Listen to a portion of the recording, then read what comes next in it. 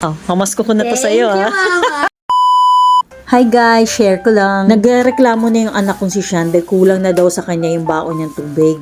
Lalo na nagsa-soccer training na siya ngayon. Talagang kukulangin kasi yung Taiso tumbler niya ay nasa 530 ml lang. Sabi ba naman sa akin, bilhan ko raw siya ng Aqua Flask. Kasi daw yung mga ate niya naka Aqua Flask Aurora. Sabi ko, hindi mo naman kailangan gumaya sa kanila. Kasi may nabili na akong Taiso tumbler 750 ml. Maganda rin ang quality nito at higit sa lahat, hindi pricey. Sabi ko nga sa kanya, sa tatak lang naman nagkaiba yan. Gusto daw niya talaga yung Aqua Flask fully paid.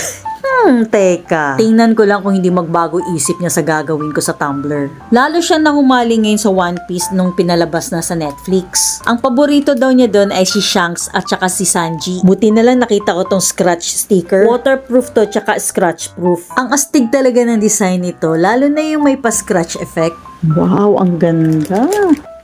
Tapos lalagyan ko rin to ng One Piece logo sticker. At para tumagal o protektado ang tumbler, binilhan ko na rin to ng accessories. Gaya ng silicone boot, paracord at diamond design neoprene bag. Bata ang gagamit, men. Hindi mo talaga maiiwasan na hindi magagasgasan. Ayoko namang masayang yung pera, yung effort, yung design, di ba? Naks, ang ganda. Mukha na siyang mamahalin. Minsan kasi, hindi mo naman kailangan makipagsabayan o bumili ka ng mamahalin para masabing aesthetic, di ba? Paganahin mo lang yung imagination mo, yung creativity mo, or magtiyaga ka lang talaga maghanap ng mura pero quality. Hindi ko talaga pinantay kasi diyan ko ididikit yung name ni Sean. O sa mga magtatanong kung magkano nagastos ko sa mga yan, wala pa sa 550. Alam niyo ba nung binigay ko na to sa kanya, tuwang-tuwa siya. Tanggal angas niya sa design. Charot. Ayaw pa nga niyang palagyan ng neoprene bag eh. Kasi naman daw, matatakpan yung design. Tama naman. Nung nakita nga daw to ng mga kaklase niya, gandang-ganda din. May nagsabi pa nga, bibilhin ng 1,000. Biglang tumaas yung value. Sabi ko nga sa kanya, dapat sinabi mo dun sa mga kaklase mo na pumunta dun sa TikTok account ko. Kasi lahat ng mga yan nasa TikTok yellow basket ko lang. O diba, para-paraan.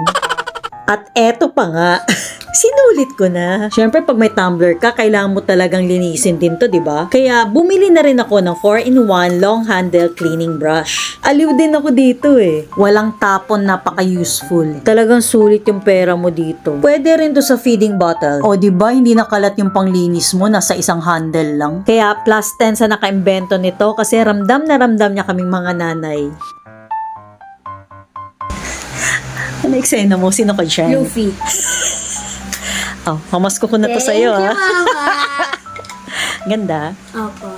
Sabi ko nga sa kanya dito, hindi naman natin kailangang bumili ng mamahaling tumbler. Aartihan lang natin. At matutong makontento kung ano meron. Ganun. O, diba? Sino ang ulit to? Si Sanji. Si Shanks. Si Sha. Right guys, kung nagustuhan niyo tong video na to, please like, comment, follow, and share. Thank you!